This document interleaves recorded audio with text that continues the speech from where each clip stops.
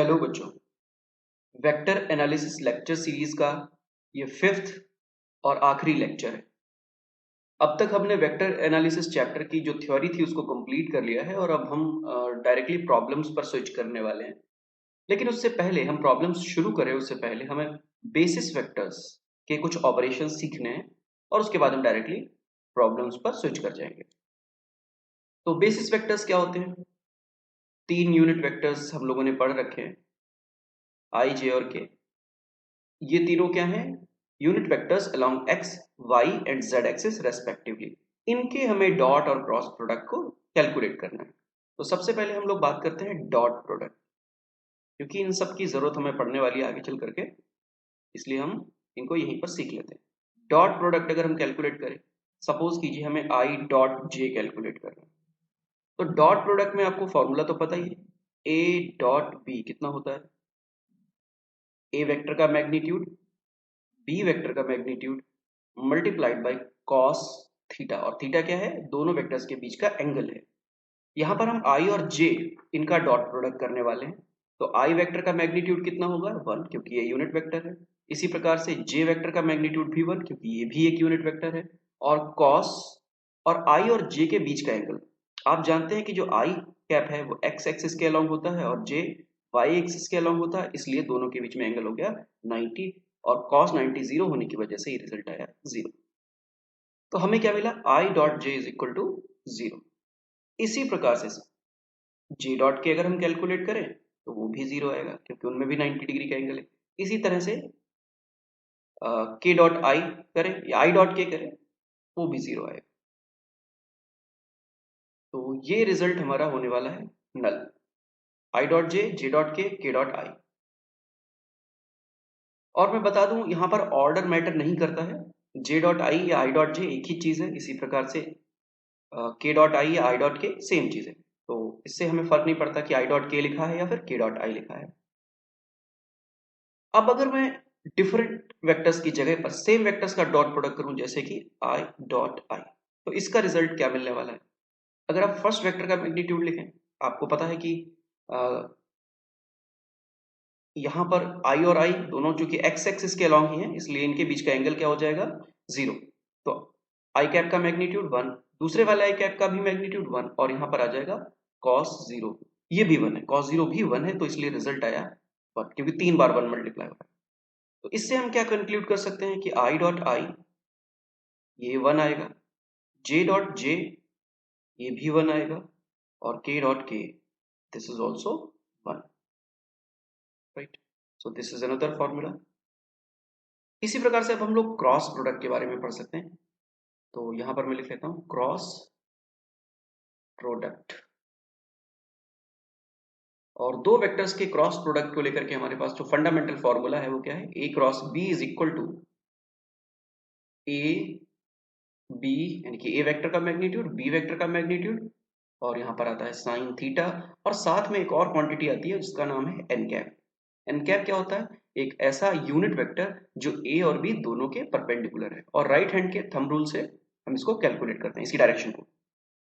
तो let us begin. सबसे पहले हम कैलकुलेट करेंगे आई क्रॉस आई, सेम वालों का, या आई क्रॉस जे कर लेते हैं। चलिए डिफरेंट वालों का करते हैं पहले। आई क्रॉस जे क्या लिखेंगे हम लोग यहाँ पर? हम लोग यहाँ पर लिखेंगे आई कैप का मैग्नीट्यूड जो कि 1 है, जे का मैग्नीट्यूड वो भी 1 है, दोनों के बीच के एंगल का साइन, तो साइन, और आई और जे के बीच का एंगल है 90, तो यहाँ हो जाएगा साइन 90। अब एन कैप की जगह पर क्या लिखा जाए, दैट इज अ क्वेश्चन। तो देखिए, आप कोऑर्डिनेट सिस्टम को समझिए। ये 3 कोऑर्डिनेट एक्सेस है, मान लीजिए ये एक्स एक्सिस है, ये वाई एक्सिस है, और ये जेड एक्सिस है। एंटी क्लॉकवाइज लिए जाते हैं ऑर्डर में। तो अगर आप एक्स से वाई की तरफ फिंगर्स को यूं कर्ल करें, तो आपका जो थंब होगा वो अपने आप ही जेड की तरफ चला जाएगा। राइट हैंड की बात कर रहा हूं मैं। अगर आप अपने राइट हैंड के की जो फिंगर्स हैं उनको कर्ल करें एक्स से वाई की तरफ, एक्स से वाई की तरफ घुमाएं, तो आपका थंब कहाँ जाएगा? जेड डायरेक्शन में। तो इस तरीके से हमें पता चलता है कि जो एन कैप है, जो कि आई और जे के परपेंडिकुलर होना चाहिए, उसकी जगह पर क्या आएगा? एक ऐसा यूनिट वेक्टर जो जेड एक्सिस की तरफ है, और जेड एक्सिस की तरफ जो यूनिट वेक्टर होता है वो कौन होता है? के कैप। तो यहाँ पर आ जाएगा के कैप। तो I cross J is equal to, ये देखिए जो ब्रैकेट में क्वांटिटी लिखी है पूरी 1 है, तो इसलिए रिजल्ट हो जाएगा के कैप। इसी प्रकार से हम j क्रॉस k कैलकुलेट करें तो j क्रॉस k जो हो जाएगा वो सिंपली i हो जाएगा। और इसी प्रकार से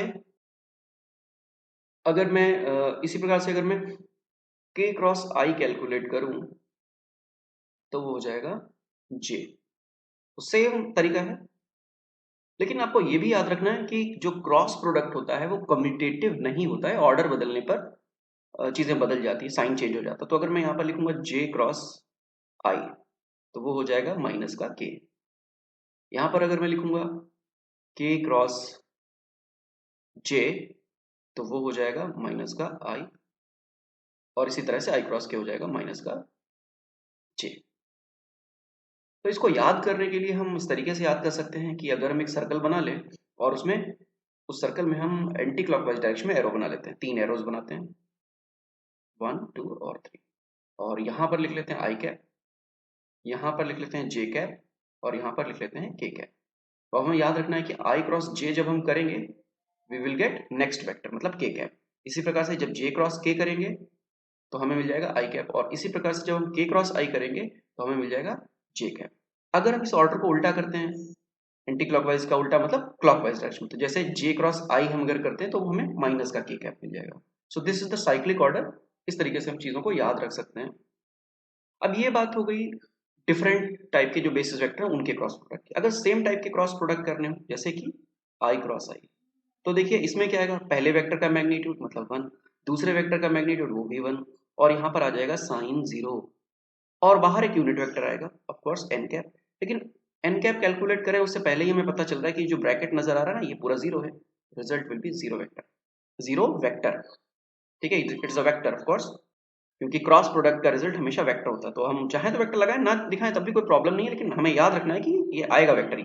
सिमिलरली जे क्रॉस जे भी वेक्टर आएगा और के क्रॉस के भी वेक्टर ही आने वाला है। So this will be your result. तो वेक्टर बेसिस वेक्टर्स के जो ऑपरेशंस हैं वो हमने सीख ली हैं। अब हम इस पर एक प्रॉब्लम सॉल्व करेंगे।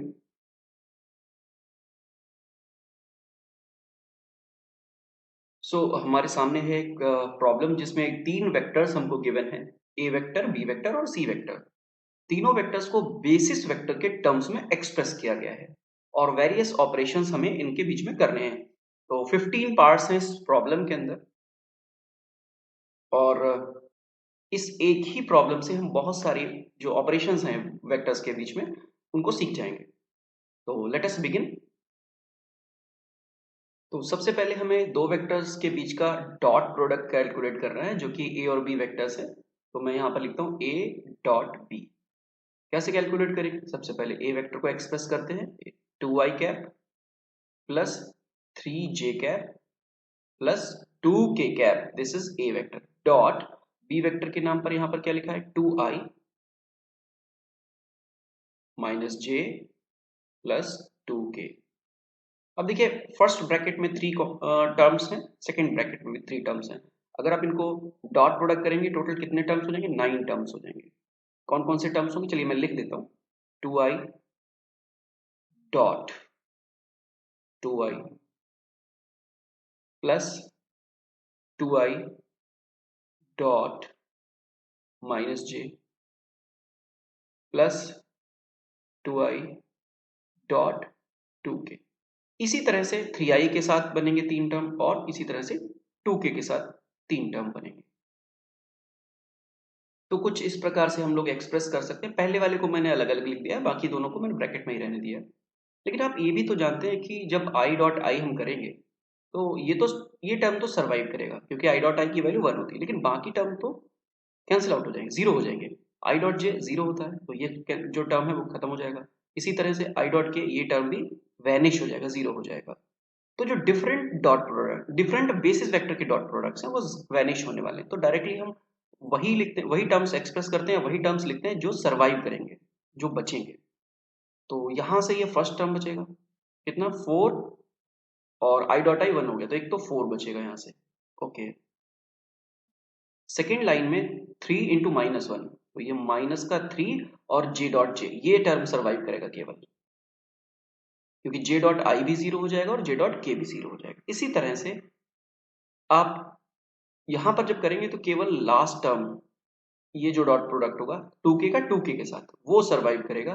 बाकी दोनों टर्म जो है वो जीरो हो जाएंगे, क्योंकि k डॉट आई बनेगा यहाँ पर और k डॉट जे बनेगा, वो भी जीरो होने वाले। तो यहाँ पर बनेगा प्लस का 4, तो ये हो जाएगा 4 + 4 8 - 3 दैट इज 5।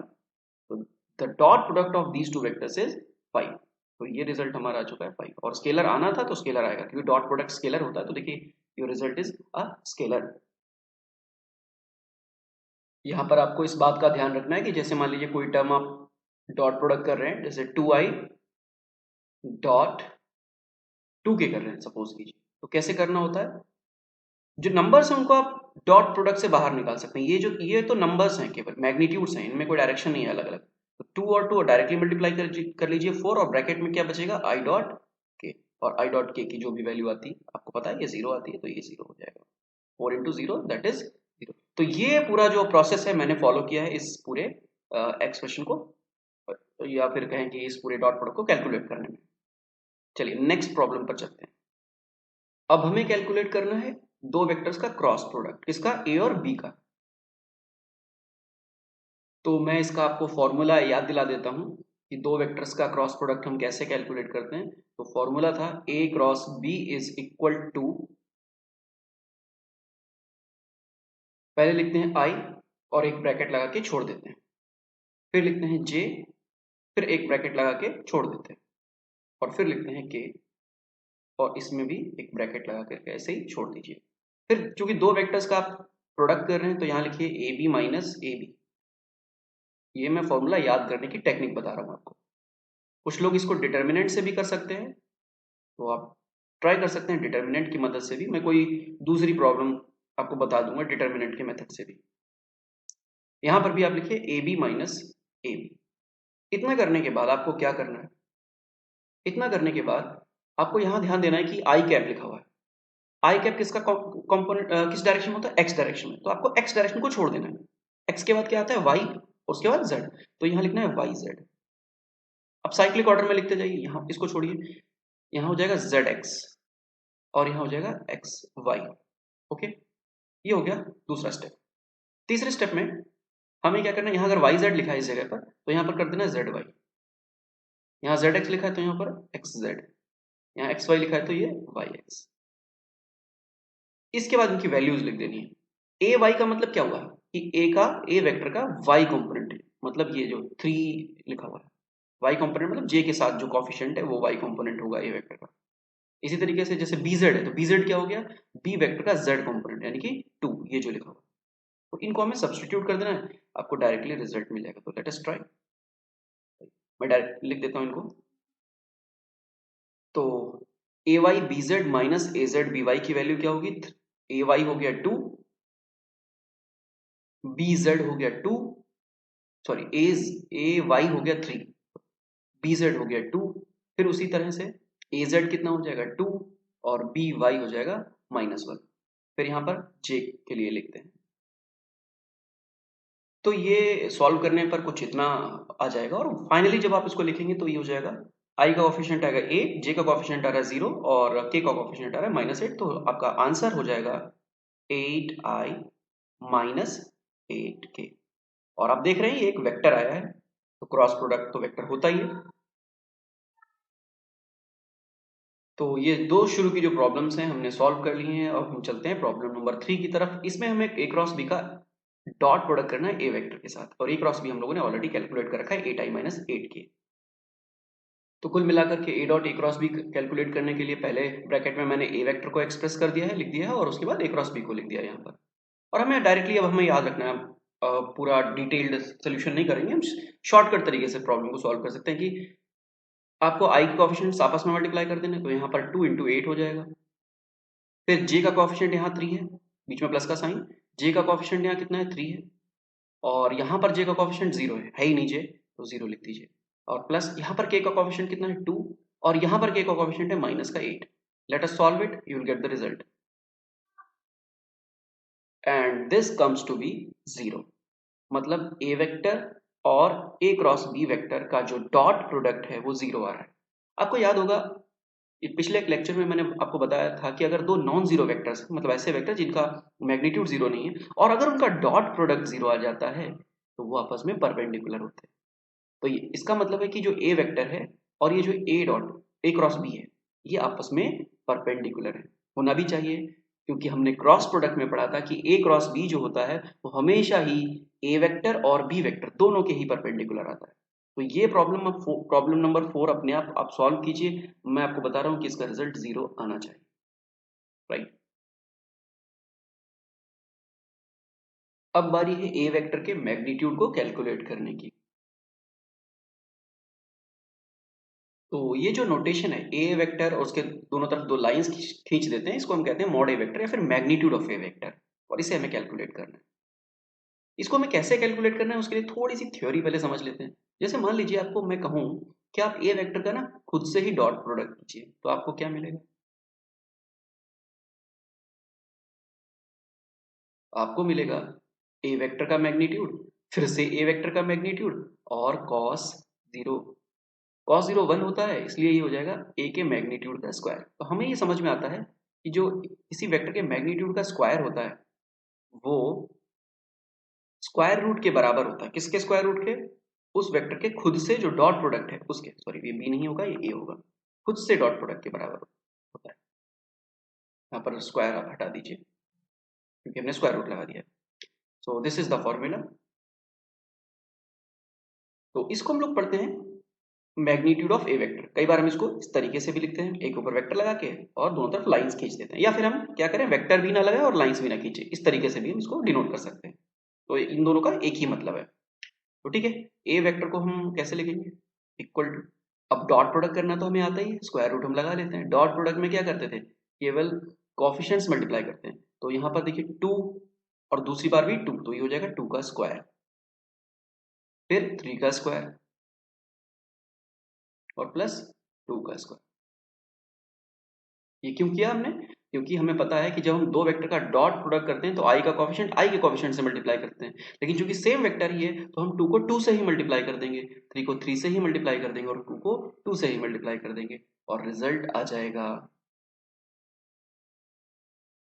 √17। इसी प्रकार से जल्दी से कैलकुलेट कर लेते हैं बी वेक्टर का मैग्नीट्यूड। तो ये कितना आएगा, अंडर रूट, और यहाँ है 2 तो 2 का स्क्वायर, प्लस जे का कोफिशिएंट -1 है तो -1 का होल स्क्वायर, और प्लस 2 का स्क्वायर। सॉल्व करते हैं, सो इट विल बी 3। तो इसी प्रकार से सी वेक्टर आ जाएगा √35। आप चेक कर सकते हैं ए क्रॉस बी वेक्टर का मैग्नीट्यूड। तो ए क्रॉस बी वेक्टर तो आप ऑलरेडी कैलकुलेट कर चुके हैं, इसका मैग्नीट्यूड कैलकुलेट कीजिए, आपका रिजल्ट आएगा 8√2। अब बारी है प्रॉब्लम नंबर 9 की। तो आपको 2a vector plus B vector को कैलकुलेट करना है। सबसे पहले आपको 2a वेक्टर लिखना चाहिए। 2a वेक्टर कैसे लिखेंगे, ए वेक्टर को हम 2 से मल्टीप्लाई कर देंगे, 2 जो है वो कोफिशिएंट से मल्टीप्लाई हो जाएगा, तो यहाँ हो जाएगा 4i plus 6j plus 4k, और इसके नीचे हम लोग लिख देते हैं बी वेक्टर को। तो बी वेक्टर हो जाएगा 2i माइनस जे और प्लस 2k। अब देखिए वेक्टर्स को ऐड करने में कोई प्रॉब्लम नहीं है, आप डायरेक्टली इनको ऐड कर दीजिए। तो यहाँ हो जाएगा 6i, यहाँ ऑलरेडी माइनस है तो ये हो जाएगा 5j, जे कैप है, and then it will be 6k। तो this is 2a vector plus B vector. हमने डायरेक्टली क्यों ऐड कर दिया, इन दोनों को आपस में क्यों ऐड कर दिया? क्योंकि ये दोनों सेम डायरेक्शन में, दोनों एक्स एक्सिस की तरफ है, और जब दो वेक्टर सेम डायरेक्शन में होते हैं तो उनका जो रिजल्टेंट होता है उसका मैग्नीट्यूड मैग्नीट्यूड्स के ही सम के बराबर होता है। मतलब इसका मैग्नीट्यूड है 4, इसका मैग्नीट्यूड है 2, तो रिजल्टेंट का मैग्नीट्यूड अपने आप ही 6 हो जाएगा, और डायरेक्शन वही रहेगी जो थी, आई कैप, तो यहाँ पर आई कैप। तो this is the way in which you can add two vectors. Subtraction में भी आपको ज्यादा दिमाग नहीं लगाना है, ए और बी वेक्टर को सब्ट्रैक्ट डायरेक्टली कर देना है एल्जेब्रिक तरीके से। तो यहाँ पर हम साइन चेंज कर लेते हैं, जैसे हमने बचपन में छोटी क्लासेस में सीखा था। 2i में से 2i सब्ट्रैक्ट हो जाएगा तो ये बचेगा 0i। यहाँ ये ऐड हो जाएंगे, साइन चेंज हो चुका है तो ये हो जाएगा 4j, और यहाँ पर 2k भी कैंसिल आउट हो रहा है, ये हो जाएगा 0। तो हमारा आंसर जो है a माइनस बी का वो है 4 J cap. Next is problem number 11। इसमें कहा गया है कि unit vector in the direction perpendicular to both A and B. मतलब हमें एक ऐसा वेक्टर चाहिए जो यूनिट वेक्टर हो, मतलब जिसका मैग्नीट्यूड 1 हो। साथ ही साथ वो ये कह रहे हैं कि उस वेक्टर की जो डायरेक्शन हो वो परपेंडिकुलर हो, किसके, ए और बी दोनों के। हम ये जानते हैं कि जो ये ए क्रॉस बी होता है ना, ये वाला ए क्रॉस बी, ये ए के और बी के दोनों के परपेंडिकुलर होता है। तो हमें तो वेक्टर मिल गया, लेकिन इसके साथ एक प्रॉब्लम है कि इसका मैग्नीट्यूड 1 नहीं है। तो हम एक काम कर सकते हैं, ये है ए क्रॉस बी जिसकी वैल्यू आई थी 8i माइनस 8j, और इसका मैग्नीट्यूड भी हम लोगों ने कैलकुलेट कर रखा है। क्या आया था, ए क्रॉस बी का जो मैग्नीट्यूड आया था वो हमें अच्छे से याद है, वो था 8√2, ये लिखा हुआ है। अगर मैं ए क्रॉस बी को उसके खुद के ही मैग्नीट्यूड से डिवाइड कर दूं तो इस तरीके से हो जाएगा, ए क्रॉस बी का मैग्नीट्यूड यहाँ आ जाएगा 8i minus 8j divided by 8√2 and you will gate 1/√2i minus 1/√2j। तो ये जो वेक्टर हमको मिला, ये क्या है, ये एक ऐसा वेक्टर है जिसका मैग्नीट्यूड 1 हो चुका है, लेकिन डायरेक्शन वही है जो ए क्रॉस बी के पास थी। क्योंकि आपने ए क्रॉस बी को उसके खुद के ही मैग्नीट्यूड से डिवाइड कर दिया, तो मैग्नीट्यूड तो ऊपर नीचे कैंसिल आउट हो गया और 1 हो गया। डायरेक्शन जो ए क्रॉस बी के पास थी, स्टिल वही डायरेक्शन इसके पास है। तो this is the vector which has magnitude 1 and direction perpendicular to both A and B, and this is our result. Next is problem number 12, and the problem is component of A vector in the direction of C vector. तो A vector का C vector की direction में हमें component, A vector का component C vector की direction में करना है। तो हमने जब डॉट प्रोडक्ट पढ़ा था तो उसकी डेफिनेशन क्या थी कि A dot B is equal to A B cos theta.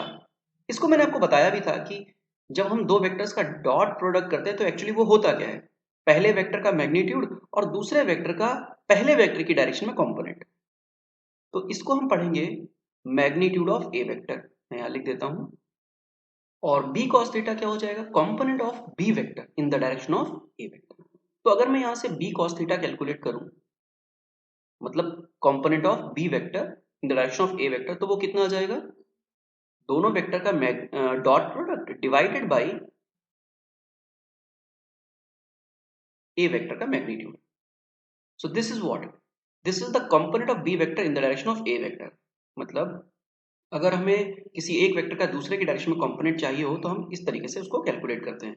पर यहां पर तो इन्होंने पूछा है component of A vector in the direction of C vector, तो कोई प्रॉब्लम नहीं है। हम यहां पर लिखेंगे A cos theta is equal to, यहां पर लिखेंगे ए डॉट सी और डिवाइड करेंगे जिसकी डायरेक्शन में वेक्टर हमें लेना है।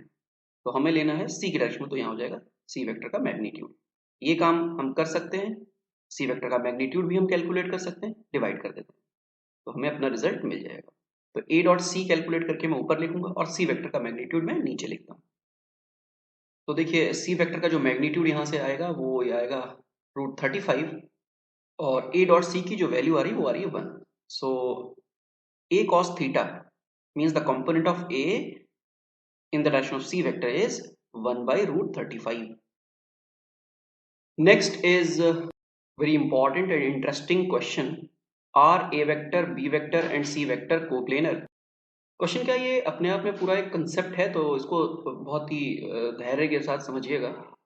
दो तीन वेक्टर्स बने हुए हैं, ए वेक्टर, बी वेक्टर और सी वेक्टर, और ये हमारे जो ब्लैक कलर से बने हुए कोऑर्डिनेट एक्सेस हैं एक्स वाई और जेड। मान लेते हैं कि जो एक्स वाई एक्सेस हैं ये फ्लोर में, फर्श में, और जेड एक्सेस आसमान की तरफ है, ऊपर की तरफ।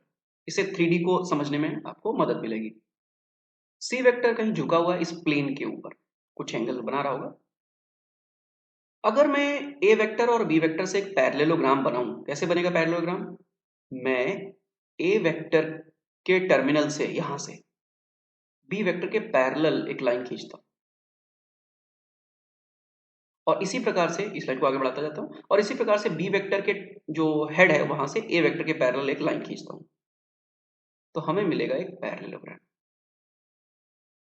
इसका नाम रख लेते हैं पैरेललोग्राम का, ओ पी क्यू एस, ठीक है। तो ओ पी क्यू एस क्या है, एक पैरेललोग्राम है।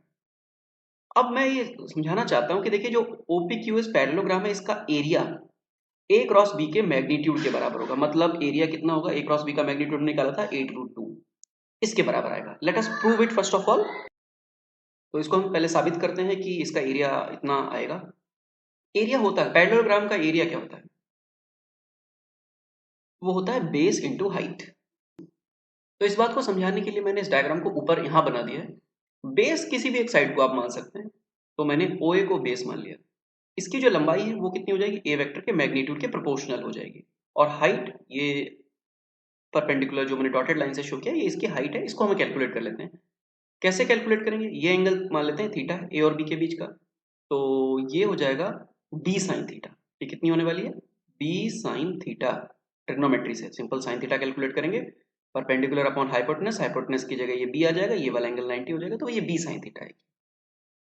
तो एरिया इस ये जो पैरेललोग्राम है, इसका एरिया कितना आया है वो मैं लिख रहा हूँ। एरिया इज इक्वल टू ए मतलब base multiplied by height, height की जगह लिख रहा हूँ बी साइन थीटा, और ए बी साइन थीटा कितना आ रहा है। तो ए बी साइन थीटा क्या होता है, ए क्रॉस बी का मैग्नीट्यूड ही तो होता है। तो हम इसको क्या magnitude of A cross B नहीं लिख सकते, we can write it like that. तो उम्मीद करता हूँ ये बात आपको समझ में आ गई होगी कि किसी भी पैरेललोग्राम का जो एरिया है, जो ऐसा पैरेललोग्राम जिसकी दो साइड्स दो वेक्टर से रिप्रेजेंट हो रही है, उसका एरिया कितना होगा, magnitude of A cross B. Okay, आगे बढ़ते हैं। चीजों को समझने के लिए आप इस डायग्राम को देखिए। यहाँ पर जो पैरेललोग्राम ए क्रॉस बी है वो नीचे आपको दिखाई पड़ रहा है, ये फ्लोर में है, मतलब एक्स वाई प्लेन में है।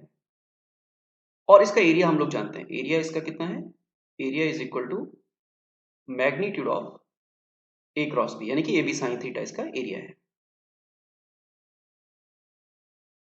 ये जो पूरा थ्री डायमेंशनल स्ट्रक्चर आपको दिखाई पड़ रहा है, इसको हम लोग बोलते हैं पैरेललोपाइड।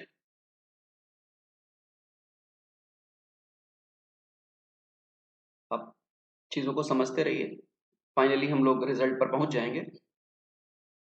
पैरेललोपाइड क्या होता है, एक थ्री डायमेंशनल फिगर है जिसके सभी फेसेस पैरेललोग्राम्स हैं। और ये जरूरी नहीं है कि ये जो एंगल्स हैं इसके जो एजेस के बीच में वो 90 डिग्री हो। जैसे क्यूबॉइड, वो भी एक पैरेललोपाइड है, क्यूब भी एक पैरेललोपाइड है, लेकिन वो स्पेशल केसेस हैं, उनमें सभी एंगल्स 90 डिग्री होते हैं एजेस के बीच में। लेकिन यहाँ ऐसा कोई जरूरी नहीं, तो हम जनरलाइज कर रहे हैं चीजों को। पैरेललोपाइड में आप देख रहे हैं कि एक वेक्टर ए वेक्टर है, दूसरा वेक्टर बी वेक्टर है, और ये ए बी वेक्टर मिलकर के एक प्लेन तैयार करते हैं। और एक तीसरा वेक्टर यहीं से ओरिजिनेट होता है, सी वेक्टर। ये इसको थ्री डायमेंशनल पिक्चर देता है, और उससे ये पूरा फिगर तैयार हो रहा है। मान लेते हैं ये वाला जो एंगल है, ये वाला एंगल मतलब सी वेक्टर का जेड एक्सिस से एंगल है, ये अल्फा है। तो सी वेक्टर का इस तरफ कंपोनेंट अगर हम निकालें, परपेंडिकुलर यहां से डालें, तो ये जो चीज आएगी इतना, ये आ जाएगा सी कॉस अल्फा। और आपको एक बात बता दूं कि जो ए क्रॉस बी है वो भी इसी डायरेक्शन में कहीं आएगा, क्योंकि ए क्रॉस बी हमेशा ए और बी के परपेंडिकुलर होता है, और ए और बी आपके एक्स वाई प्लेन में, इसलिए ए क्रॉस बी आपका जेड एक्सिस की तरफ जाएगा। ये भी हमको पता चल चुका है। तो फाइनली अब टाइम आ गया है कि हम इस पैरेललोपाइड का वॉल्यूम कैलकुलेट करते हैं। क्या होता है वॉल्यूम, वॉल्यूम होता है एरिया ऑफ द बेस, मतलब ये जो इसका फ्लोर बन रहा है इसका एरिया, मतलब ए क्रॉस बी का मैग्नीट्यूड, या फिर आप चाहें तो ए बी साइन थीटा भी लिख सकते हैं। तो ये तो हो गया area of the base multiplied by height, मतलब जो ऊपर वाला फेस है ना, ये वाला फेस, दिस फेस, और नीचे वाला जो फेस दिखाई पड़ रहा है OPQS, इस फेस के बीच की जो वर्टिकल हाइट है, मतलब जेड एक्सिस के अलॉन्ग जो डिस्टेंस है उसको मल्टीप्लाई कर देते हैं, उसी को हम लोग हाइट कहते हैं। और वो कितनी आ रही, सी कॉस एल्फा। तो ये जो पूरी क्वांटिटी निकल के आई, इसको अगर आप ध्यान दें तो ये दो वेक्टर का डॉट प्रोडक्ट है। किसका डॉट प्रोडक्ट है, ये डॉट प्रोडक्ट है A cross B dot C vector का। चेक कर सकते हैं, ए क्रॉस बी और सी वेक्टर का डॉट प्रोडक्ट है। ए क्रॉस बी वेक्टर आपका यहां है, सी वेक्टर आपका यहां है। इनका अगर आप डॉट प्रोडक्ट करेंगे तो क्या आएगा, पहले वेक्टर का मैग्नीट्यूड हाँ आ रहा है, दूसरे वेक्टर का मैग्नीट्यूड वो भी आ रहा है, और दोनों के बीच के एंगल का कॉस। तो देखिए दोनों के बीच का एंगल अल्फा है, ए क्रॉस बी ऊपर की तरफ है उसका, और सी वेक्टर इधर है, उनके बीच का एंगल अल्फा है। तो volume of a parallelepiped is equal to A cross B dot C. और आपको पता है कि ऑर्डर कोई मैटर करता नहीं है, तो हम सी को पहले भी लिख सकते हैं, तो ऐसे भी लिख सकते हैं इसको, C dot A cross B. तो तीन वेक्टर से बनने वाले पैरेललोपाइड का वॉल्यूम होता है C dot A cross B या A cross B dot C. अब अगर मैं इस पैरेललोपाइड में इस वाले फेस को बेस मान लेता और हाइट हॉरिजॉन्टल निकाल लेता, तो भी तो वॉल्यूम तो वही आता ना। ऐसा तो है नहीं कि पैरेललोपाइड का वॉल्यूम बदल जाएगा। पैरेललोपाइड अगर वही है तो वॉल्यूम भी उसका वही रहेगा।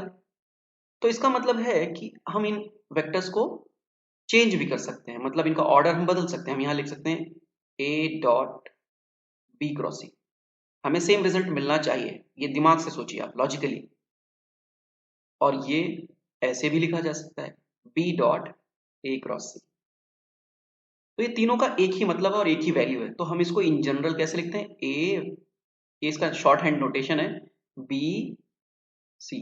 कभी कभी कॉमा लगाते भी नहीं है, तो रेक्टेंगुलर ब्रैकेट में करके लिख देते हैं। और इस क्वांटिटी को हम लोग बोलते हैं S T P, scalar. S for scalar, triple, T for triple, and P for product. We call it scalar triple product. तो हमें अभी तक ये पता चल चुका है कि तीन वेक्टर अगर हमारे पास हैं और तीनों की जो टेल्स हैं, पूंछ है उनकी, वो एक ही जगह पर है, तो उन तीनों वेक्टर्स को अगर हम इस तरीके से अरेंज करें, दो का क्रॉस प्रोडक्ट और तीसरे के साथ डॉट प्रोडक्ट, वो क्वांटिटी एक पैरेललोपाइड के वॉल्यूम को रिप्रेजेंट करती है। और अगर ये साबित हो जाए कि ये पैरेललोपाइड का वॉल्यूम 0 है, तो ये कोप्लेनर हो जाएंगे। तो बस हमें उन तीन वेक्टर्स में यही काम करना है जो हमने क्वेश्चंस में देखे थे, ए और बी और सी। तो चलते हैं वापस अपनी प्रॉब्लम पर। Are A B and C coplanar, तो हम यहाँ पर इस क्वांटिटी को कैलकुलेट करते हैं। वेट अ मोमेंट, हम किस क्वांटिटी को यहाँ पर कैलकुलेट करेंगे, यहाँ पर हम कैलकुलेट करेंगे ए डॉट बी क्रॉस सी को। या फिर हम इसमें क्या कैलकुलेट कर सकते हैं, B dot A cross C, या फिर हम C dot A cross B. तो हम यही वाली कैलकुलेट कर लेते हैं क्योंकि हम A dot A cross B already calculate किए बैठे हैं। इसको अगर हम कैलकुलेट कर लेते हैं तो हमें पता चल जाएगा। अगर ये 0 आ जाता है तो कोप्लेनर है, अगर 0 नहीं आता है तो कोप्लेनर नहीं है। तो ट्राई करते हैं। तो देखिए ए क्रॉस बी तो हमारे पास ऑलरेडी है 8i माइनस 8 की, उसका सी के साथ डॉट प्रोडक्ट करना है, तो इनको मिलाइए। डॉट प्रोडक्ट में हम लोग क्या करते थे, आई का कॉफिशिएंट आई के साथ मल्टीप्लाई करते, तो यहाँ पर आई का कॉफिशिएंट 1 है और यहाँ पर 8 है, तो 8 हो गया। फिर प्लस करेंगे, जे का कॉफिशिएंट यहाँ 3 है और यहाँ पर जे का कॉफिशिएंट कितना है, 0 है, तो यहाँ 0 हो जाएगा। प्लस के का कॉफिशिएंट यहाँ पर -5 है और यहाँ पर -8 है।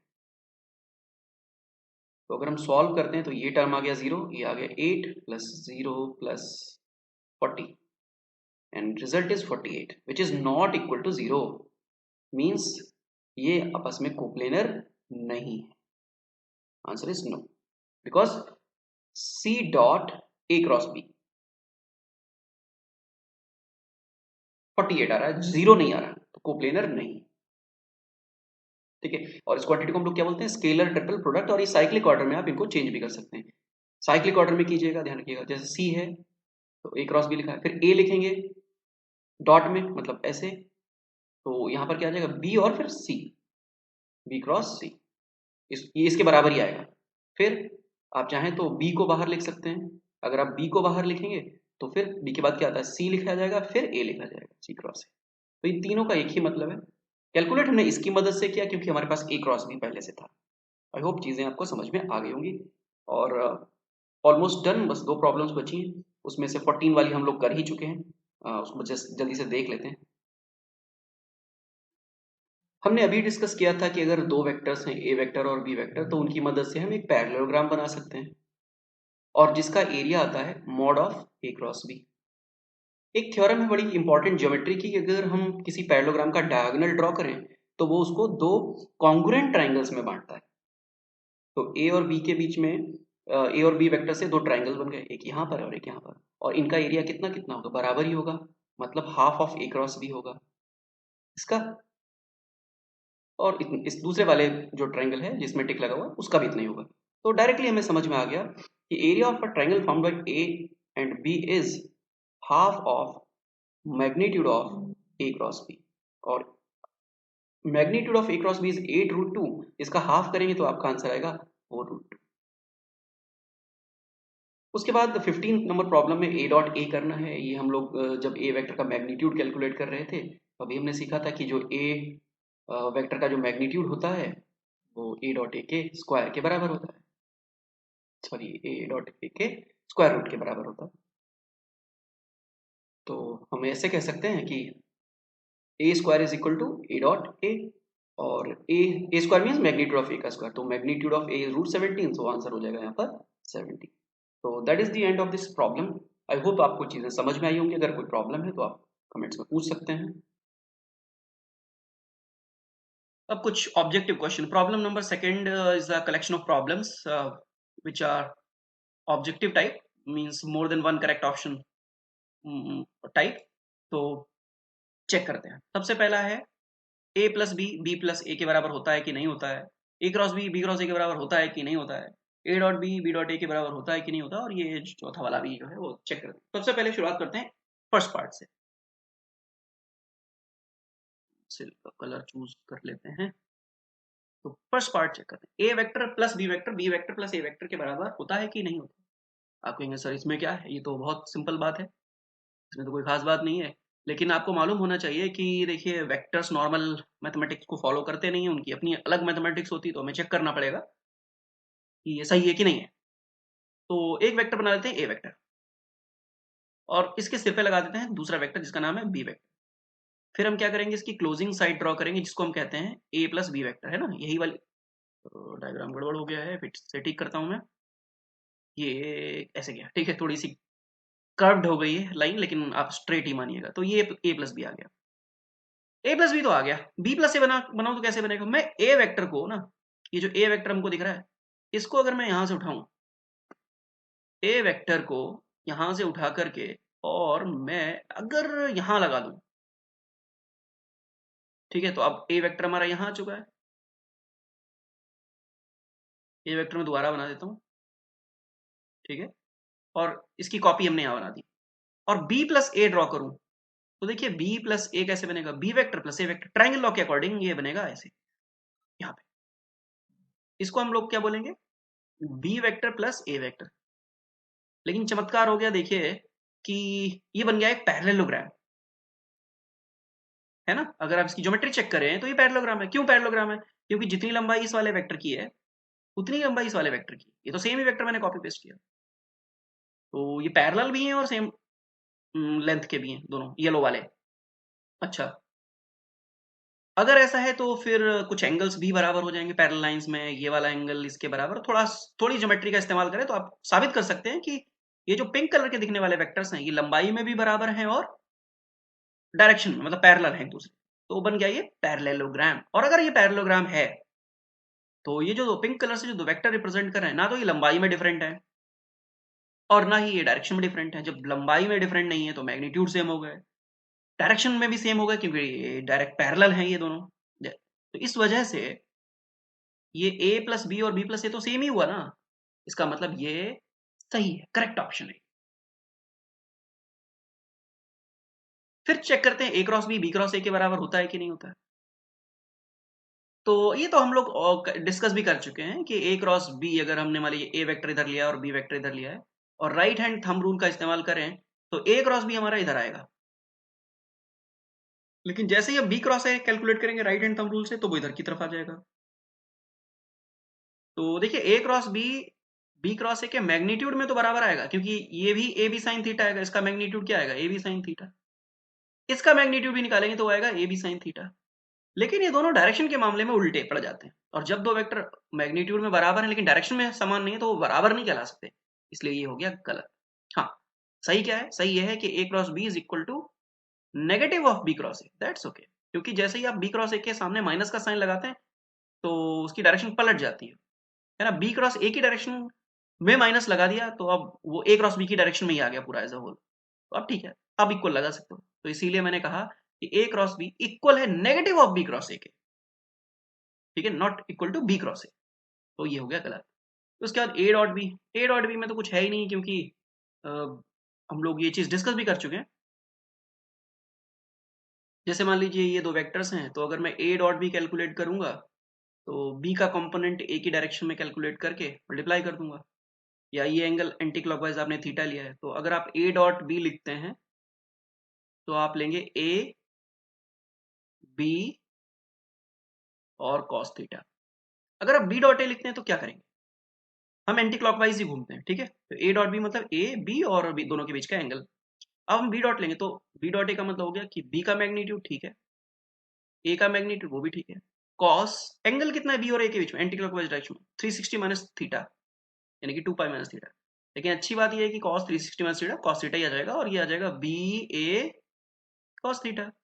और बी और ए तो नंबर्स हैं, ये तो मैग्नीट्यूड्स हैं, इनका और ए बी में कोई अंतर है ही नहीं, ये तो सेम चीज है, नंबर है, सिर्फ गिनतियां हैं 1 2 3 4। तो इसलिए ये ए बी कॉस थीटा ही आ गया,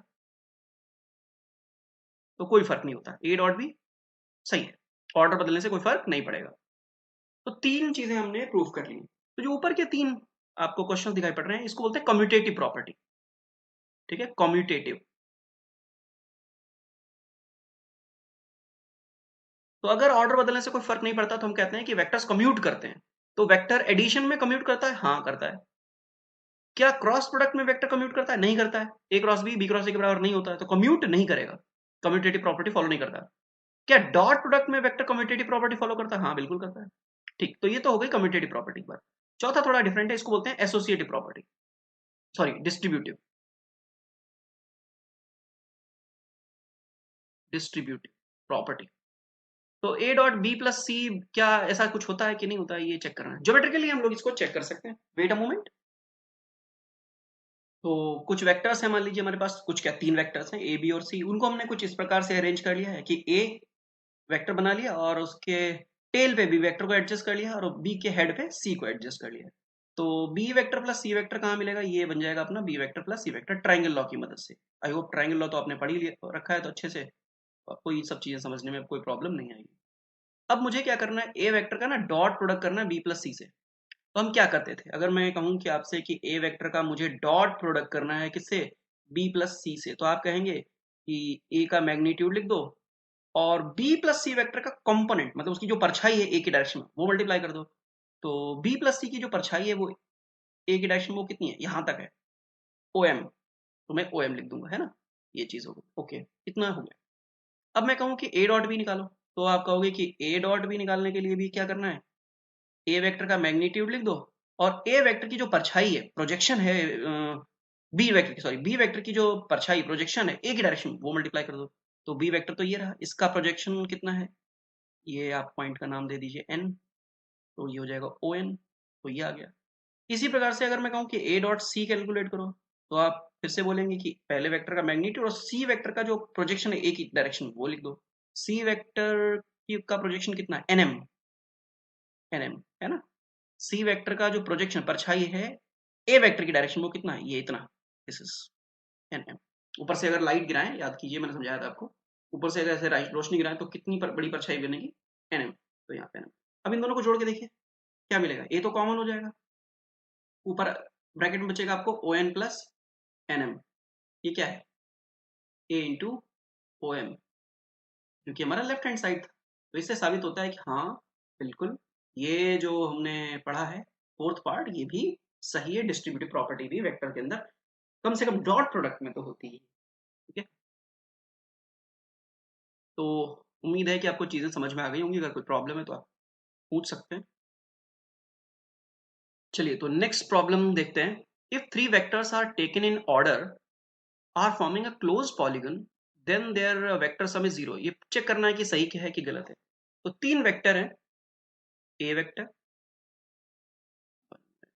हाँ तीन वेक्टर्स हैं, मान लीजिए पहला वेक्टर ए वेक्टर, दूसरा वेक्टर है बी वेक्टर, सेम ऑर्डर में लीजिए, और तीसरा वेक्टर जब सी वेक्टर में लगाऊंगा इसके हेड पे तो अपने आप ही पॉलीगन जो है क्लोज हो जा रहा है। तो क्या ये जो तीन वेक्टर हैं इनका वेक्टर सम चेक करके देखता हूँ, हालांकि ये क्लोज पॉलीगन बना रहे हैं ऐसा बता रखा है, वो तो मुझे डायग्राम में भी दिख रहा है। तो क्या इनका वेक्टर सम जीरो आएगा, ये चेक करना है, अगर जीरो आ गया तो हमारा पहला ऑप्शन सही हो जाएगा। मैं इन पॉइंट्स के नाम रख लेता हूँ ओ पी और क्यू। ट्राइंगल लॉ कहता है कि जो देखिए OP vector plus P Q vector बराबर होना चाहिए ओ क्यू वेक्टर के। ओके, ओ पी वेक्टर को मैं लिखूंगा ए वेक्टर, कोई प्रॉब्लम नहीं होनी चाहिए आपको। पी क्यू वेक्टर को मैं लिखूंगा, ये मैंने क्या लिखा था, बी वेक्टर था ये, तो ये हो जाएगा B vector equal to O Q vector को मैं क्या लिखूं, ओ क्यू। देखिए ओ क्यू वेक्टर जो है वो माइनस सी वेक्टर के बराबर है, क्योंकि सी वेक्टर आपका ऑर्डर में, ए और बी के ऑर्डर में, ए का ऑर्डर ऐसे चल रहा था, बी का ऑर्डर, तो ये एंटी क्लॉकवाइज ऑर्डर में लगे थे। लेकिन ओ क्यू वेक्टर अगर आप लिखेंगे तो ओ यहाँ है, क्यू यहाँ है, तो O Q vector is equal to the negative of C vector. तो बस हो गया। इसका मतलब क्या है कि A plus B plus C, ये क्या आ जाएगा, zero.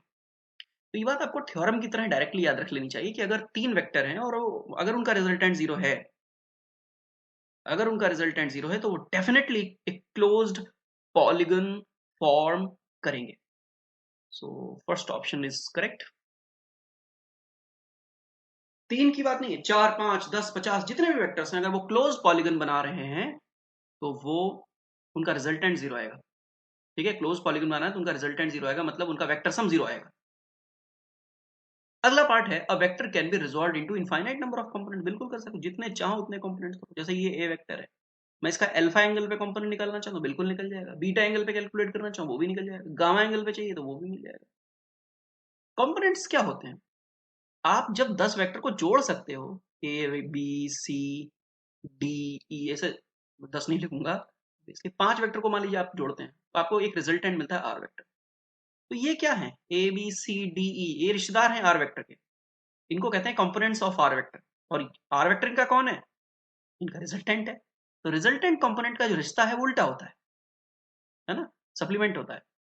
A B C D क्या है, आर वेक्टर के कंपोनेंट्स हैं, आर क्या है, इनका रिजल्टेंट है। तो जिस प्रकार से बहुत सारे वेक्टर्स का एक रिजल्टेंट हो सकता है, उसी टाइप से एक रिजल्टेंट यानी कि एक वेक्टर के बहुत सारे कंपोनेंट्स होते हैं, जितने चाहे आप ब्रेक कर सकते हैं। तो दैट्स आल्सो करेक्ट। ऐसा नहीं कि सिर्फ दो ही कंपोनेंट होते हैं, हम अपनी सुविधा के लिए दो कंपोनेंट्स में रिजॉल्व करते हैं हमेशा, अक्सर, है ना, और ऐसा कोई जरूरी थोड़ी। Minimum number of non coplanar vectors whose resultant is zero is 3। सोच के देखिए, नॉन कोप्लेनर मतलब ऐसे वेक्टर जो प्लेन में नहीं है और उनका रिजल्टेंट जीरो है। तो आप सोचो, क्या तीन वेक्टर हैं जो प्लेन में नहीं, उनका रिजल्टेंट जीरो हो सकता है? रिजल्टेंट जीरो होने के लिए उनका क्लोज्ड पॉलीगन फॉर्म करना जरूरी, इस बात को दिमाग में रखिएगा। तो हम लोग ट्राई करके देखते हैं इसको। अच्छा सवाल है, कई बार अलग अलग एग्जाम्स में पूछा भी गया है। एक वेक्टर मान लीजिए ये है और दूसरा वेक्टर है ये बी वेक्टर, ये दोनों प्लेन में ही मान लो, लेकिन तीसरा वाला प्लेन में नहीं है। अगर प्लेन में नहीं होगा तो कुछ भी करके आप इस पॉलीगन को क्लोज नहीं कर सकते, क्योंकि अगर इस पॉलीगन को तीन वेक्टर से क्लोज करना है तो तीसरे वाले को भी इन्हीं के प्लेन में होना ही पड़ेगा। और ये क्या कह रहे हैं कि minimum number of non coplanar vectors whose resultant is zero. Resultant is zero, इस पे ये जोर दे रहा है, रिजल्टेंट जीरो है, ये कह रहे हैं कि रिजल्टेंट तो जीरो है, whose resultant is zero. Resultant is zero का मतलब है कि पॉलीगन तो क्लोज करना ही करना है तुमको। अब तीन वेक्टर चाहिए, चार वेक्टर चाहिए, वो आप देख लो। और इसके साथ साथ वो ये भी कह रहे हैं कि ये प्लेन में नहीं है वेक्टर सारे। तो ये हो गया गलत। तीन वेक्टर से आप, वो भी ऐसे वेक्टर जो प्लेन में नहीं है, उनसे आप पॉलीगन को क्लोज नहीं कर सकते। तो फिर क्या करेंगे हम, कम से कम चार वेक्टर चाहिए। मिनिमम कितने चाहिए, चार चाहिए, क्योंकि देखिए अगर सी वेक्टर इनके प्लेन में नहीं होगा तो इस प्लेन से अलग कहीं इधर आ जा रहा है मान लीजिए, तो एक वेक्टर और चाहिए होगा फाइनली क्लोजिंग के लिए। ठीक है, ये 3D में समझाना थोड़ा आसान है, लेकिन आप इमेजिन करके समझ सकते हैं चीजों को, है ना। तीन वेक्टर्स को आप अरेंज करिए जो प्लेन में नहीं है, ध्यान रखना, मतलब at least one vector is out of plane. A और बी अगर एक प्लेन में ले लिए तो सी उनके प्लेन में नहीं आएगा, है ना, तीन में से एक प्लेन से बाहर है। और ऐसे तीन वेक्टर्स को आप अरेंज कीजिए और एक क्लोज्ड फिगर ड्रॉ करने की कोशिश कीजिए। You will not be able to do that, आप ऐसा कर ही नहीं सकते। कम से कम चार वेक्टर तो आपको चाहिए ही चाहिए। तो ये बात आपको याद नहीं रखनी है। हाँ, अगर यहाँ पर ये नहीं लिखा होता नॉन कोप्लेनर तो ठीक था, तीन वेक्टर एक ही प्लेन में है, हाँ कर सकते हैं, तीन वेक्टर से हो सकता है। लेकिन अगर नॉन कोप्लेनर है तो नहीं हो सकता, तो चार चाहिए, at least four vectors are required.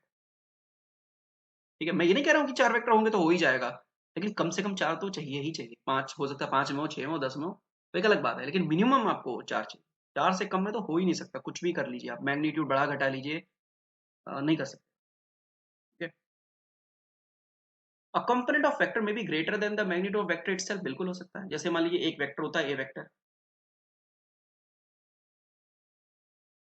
एक वेक्टर मान लीजिए ए वेक्टर, और इसका इधर एंगल कैलकुलेट करता हूँ अल्फा, अल्फा एंगल पे, तो इधर कितना कंपोनेंट आएगा, ए कॉस अल्फा।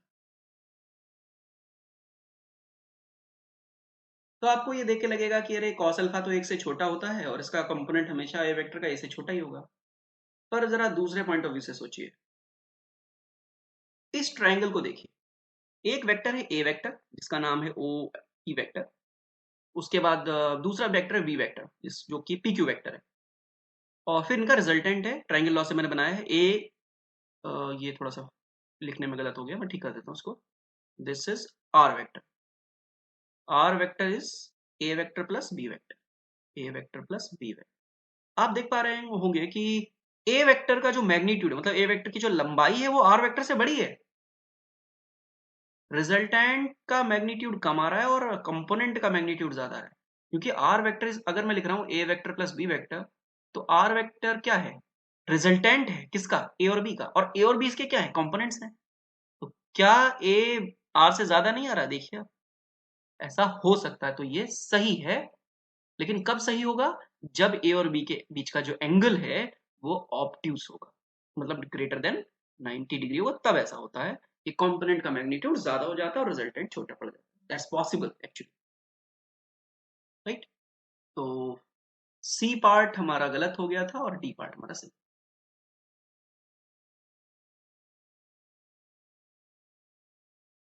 नेक्स्ट क्वेश्चन, इसमें एक हेक्सागन बना हुआ है, और A B A C A D A E A F, इन सब का वेक्टर सम करना है, और पता करना है कि ये ए ओ के कितने टाइम्स है। ए ओ कहाँ है, ए ये हो गया, और ओ सेंटर हो गया इसका, दिस इज ओ।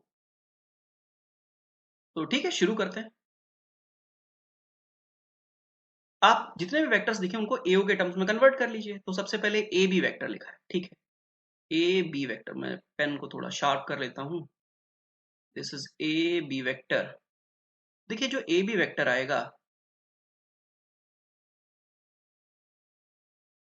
उसको आप क्या लिख सकते हैं, उसको आप लिख सकते हैं A O vector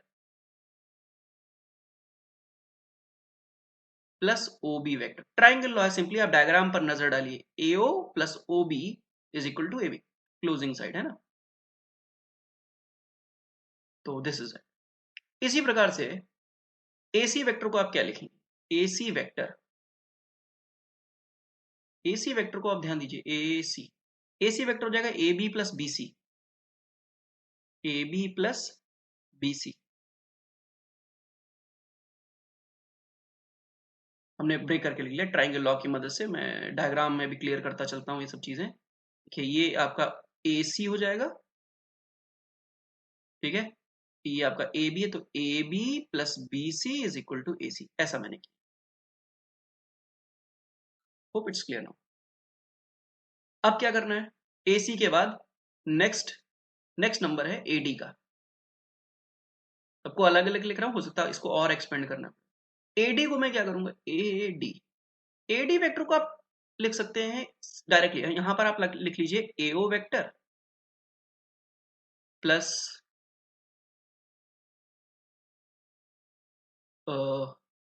OD vector. क्या आप ऐसा कर सकते हैं, देखिए AO vector plus OD vector, this is AO vector and this is OD vector. दो वेक्टर सेम डायरेक्शन में लगा दीजिए, डायरेक्टली आपको एडी मिल रहा है, क्या जरूरत है इधर से घूम के आने की। ठीक है, मैंने जानबूझ के ऐसा किया है। पर ओडी वेक्टर जो है ना, ये लंबाई में इसके बराबर ही है, देखिए, और डायरेक्शन में भी समान है। एओ और ओडी में क्या फर्क है, कोई फर्क नहीं है। तो मैं इसको कहूंगा आपको 2AO लिखने को, क्या प्रॉब्लम है, कम से कम इतना काम तो हुआ। एडी को मैंने डायरेक्टली 2AO लिख दिया, ठीक किया। इसके अलावा यहां पर आइए, जो BC वेक्टर दिख रहा है ना यहां पे, BC वेक्टर, ये BC वेक्टर है, ये एओ वेक्टर के पैरेलल भी है और लंबाई में भी सेम है, समान है। दो वेक्टर अगर सेम लेंथ के हों और सेम डायरेक्शन में ओरिएंटेड हों तो फिर उनमें रह ही क्या जाता है, फर्क ही नहीं रह जाता कोई, वो तो सेम है। तो क्या हम बीसी को एओ वेक्टर लिख सकते हैं? आंसर है बिल्कुल लिख सकते हैं। तो हम इसको भी अभी एओ वेक्टर लिख देंगे, चलिए। ठीक है, ओके, आगे बढ़ते हैं। कहां तक के वेक्टर लिखिए? ए बी हो गया, ए सी हो गया, ए डी हो गया, ए ई वेक्टर और रह गया। ए ई वेक्टर लिखिए, ए ई। तो ए ई वेक्टर, ए ई वेक्टर को आप लिखिए A D plus D E, triangle A D, बार बार मुझे पेन का कलर चेंज करना पड़ता है, A D plus D E, triangle that is A E. तो A D plus D E, okay. पर एडी को हम लोग ऑलरेडी 2AO लिखे बैठे हैं, तो यहां पर तुरंत 2AO कर दो एडी की जगह। और डीई क्या ए बी का उल्टा नहीं है? देखिए ए बी वेक्टर और डीई की लंबाई में कोई अंतर नहीं है, लेकिन डायरेक्शन ऑपोजिट है। तो मैं यहां पर ए बी की जगह पर या डीई की जगह पर डीई को क्या लिख सकता हूं? माइनस का ईडी लिख सकता हूं। डीई को माइनस का ईडी लिख सकता हूं, ठीक किया मैंने। अब ईडी क्या है? E D left to right, left to right, तो ए बी के बराबर है, तो माइनस का ए बी नहीं हो गया? तो ठीक, ए ही हमारा हो गया 2AO माइनस ए बी, काम आएगा। टिक लगा के रख लो, 1 2 3 ये सब आ चुके हैं। ए के बाद फाइनली एक रह गया, ए एफ। इसको भी हम लोग कैलकुलेट करते हैं व्हाइट पेन से। A F, A F vector कितना है? ए एफ वेक्टर ये है, this is A F vector. A F vector को आप क्या लिखेंगे? आप इसको लिखिए ए ई प्लस ई एफ। आप चीजों को रिलेट कर पा रहे होंगे, A E plus E F, triangle law ही लग रहा है, इसके अलावा कुछ ज्यादा है नहीं। तो ए ई प्लस ई एफ, ए ई प्लस ई एफ। ए ई तो हम लोग ऑलरेडी कैलकुलेट किए बैठे हैं, कितना है? 2AO वेक्टर, यहां पर लिखा हुआ है, ये देख रहे हैं, प्लस नहीं, प्लस नहीं, माइनस ए बी वेक्टर। और ई एफ का क्या करूं? ई एफ, ई एफ, इसको आप माइनस बी सी लिख दीजिए ना। ई एफ को आप लिख दीजिए माइनस बी सी। तो 2AO minus A B minus B C, ये आ गया। छोड़ देते हैं सबको,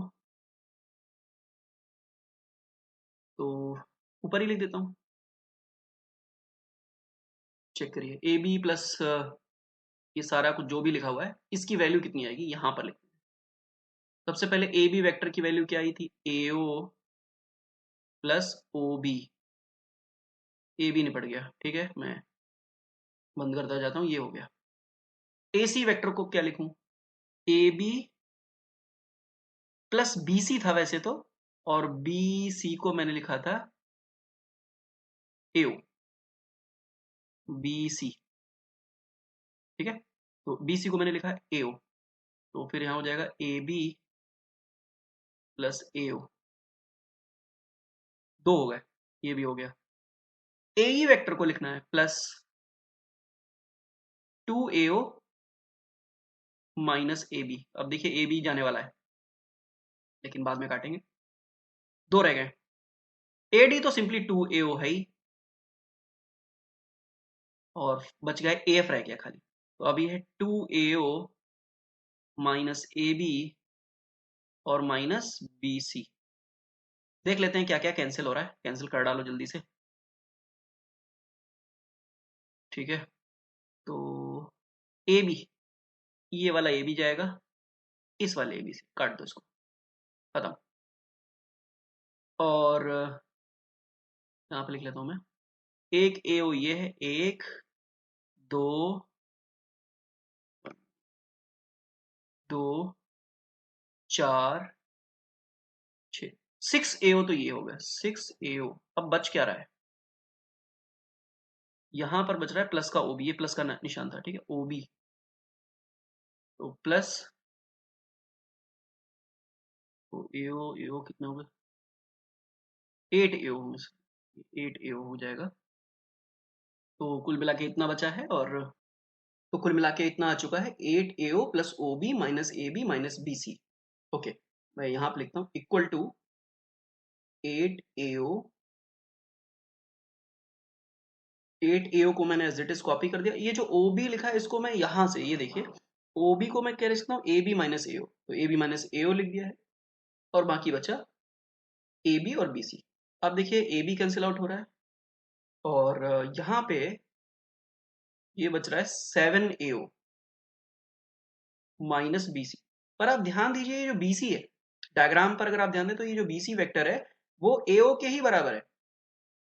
तो 7AO में से एक AO अगर आप कम करेंगे तो कितना मिलेगा, 6AO, है ना, क्योंकि BC वेक्टर जो है वो AO वेक्टर के ही बराबर है। आप डायग्राम से चेक कर सकते हैं। So what is the answer to this problem? This is option number 4। और ये है लास्ट प्रॉब्लम आज की। इसमें हमें 4 में से ऑप्शन चूज करना है करेक्ट। ए और बी क्या है, यहाँ पर वेक्टर्स हैं। तो आपको बता दूं कि एक जो ट्राइंगल होता है, अगर मैं ट्राइंगल की दो साइड्स को दो वेक्टर से रिप्रेजेंट कर लूं, तो जो क्लोजिंग साइड होती है वो क्या करती है, उसके रिजल्टेंट को रिप्रेजेंट करती है। और आपको ये भी पता है कि वेक्टर्स का जो मैग्नीट्यूड होता है वो ट्राइंगल की साइड की लंबाई के प्रोपोर्शनल होता है।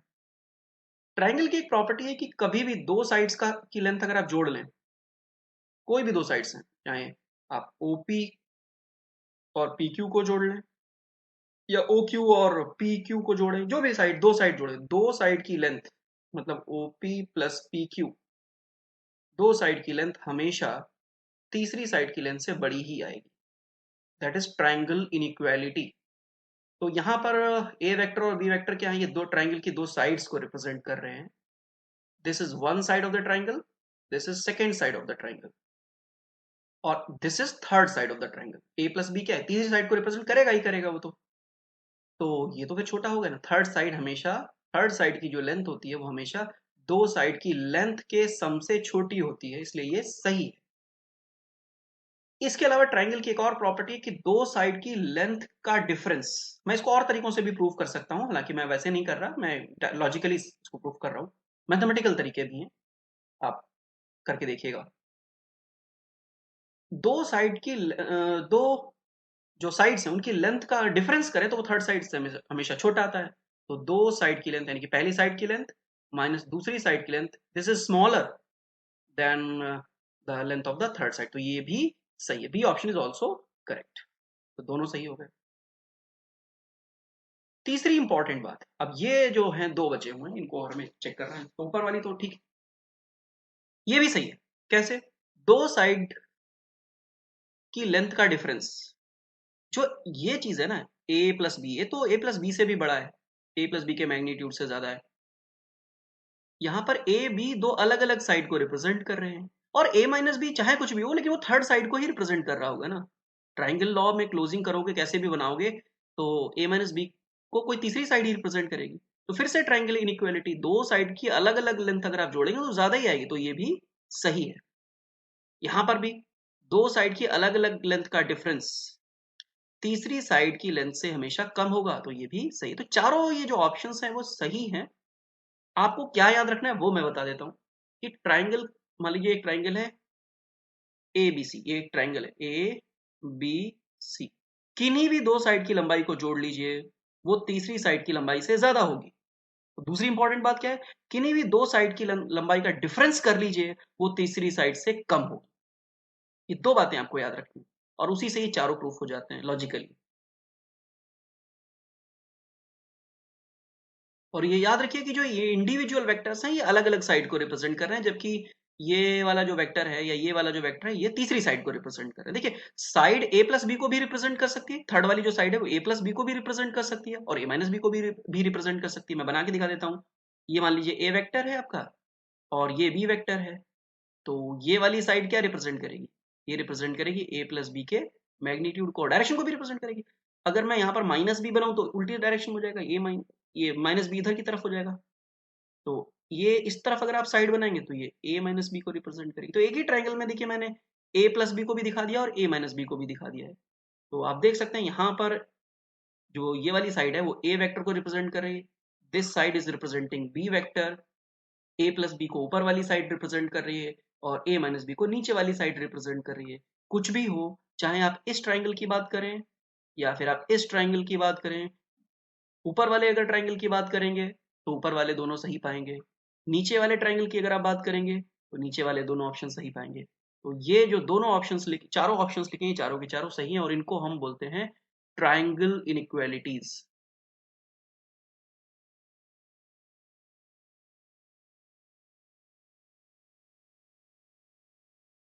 Okay, I hope you got it.